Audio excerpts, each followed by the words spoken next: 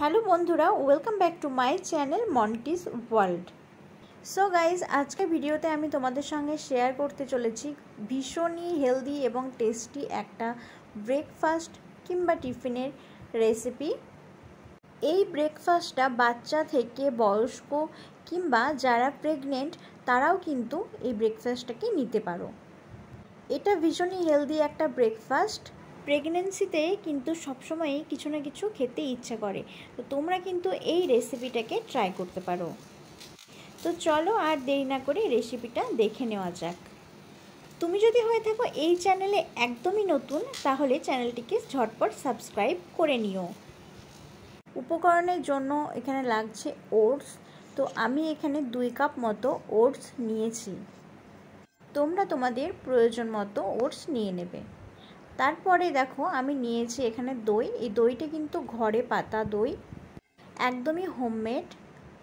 যেহেতু প্রেগনেন্সির সময় বাইরের জিনিস খেতে ডক্টররা মানা করে থাকেন, সেই জন্য ঘরের জিনিস খাওয়াটাই বেটার। তো সেই জন্য আমি ঘরেই দই পেতে নিয়েছি। তো আমি এখানে ওটসের মধ্যে 4 থেকে 5 চামচ মতো দই দিয়ে দিচ্ছি। প্রেগনেন্সিতে দই খাওয়াটা কিন্তু প্রচণ্ড হেলদি, আর তোমরা যদি এরকম যে কোনো রেসিপিতে দই দিয়ে খেতে পারো সেটাও কিন্তু খুবই ভালো। তারপরে দেখো দই দেওয়ার পর আমি এখানে নিয়েছি চিনি, লবণ আর লঙ্কার গুঁড়ো। এই সবকটা আইটেমকে খুব ভালোভাবে মিক্স করে নেব। এই সবগুলো উপকরণকে প্রথমে মিক্স করে নেব, তারপর দেখব যে কতটা পরিমাণ জল দরকার। তো দেখো এই অল্প একটু জল কিন্তু আমি দিয়েছিলাম, তারপর এরকম একটা পেস্ট তৈরি হয়েছে।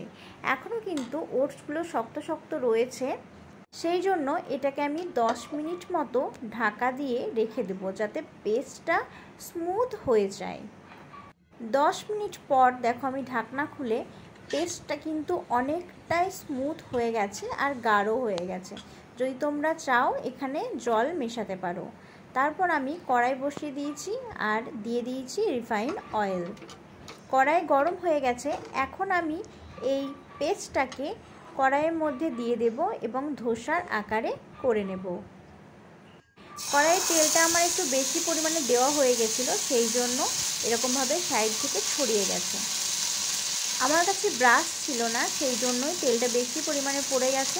তোমাদের কাছে যদি ব্রাশ থেকে থাকে তাহলে তোমরা কড়াইয়ে জাস্ট একটু অয়েল ব্রাশ করে নিও। এইভাবেই কিন্তু উপকরণটাকে ধোসার আকারে ছড়িয়ে দিতে হবে এবং এটাকে আমি 5 মিনিট মতো ঢাকা দিয়ে ভেজে নেব।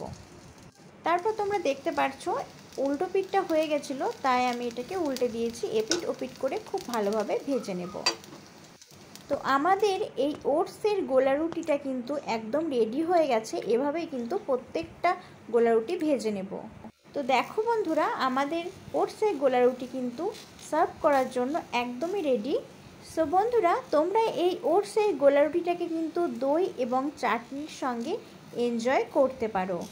সো বন্ধুরা, আজকের এই রেসিপিটা তোমাদের কেমন লাগলো আমাকে কিন্তু কমেন্টে অবশ্যই জানিও। আর রেসিপিটা ভালো লাগলে একটা লাইক অবশ্যই করে দিও। এই খাবারটা কিন্তু প্রেগনেন্ট মহিলাদের জন্য ভীষণই বেনিফিশিয়াল। ওটসে রয়েছে প্রচুর পরিমাণে ফাইবার, যা প্রেগনেন্সিতে কনস্টিপেশনকে দূর করতে সাহায্য করে। প্রেগনেন্সির সময় কিন্তু সবসময়ই চটপটা খেতে মন করে, আর সেটা যদি হয় হেলদি তাহলে তো কথাই নেই। সো তোমরা কিন্তু এটাকে অবশ্যই ট্রাই করো।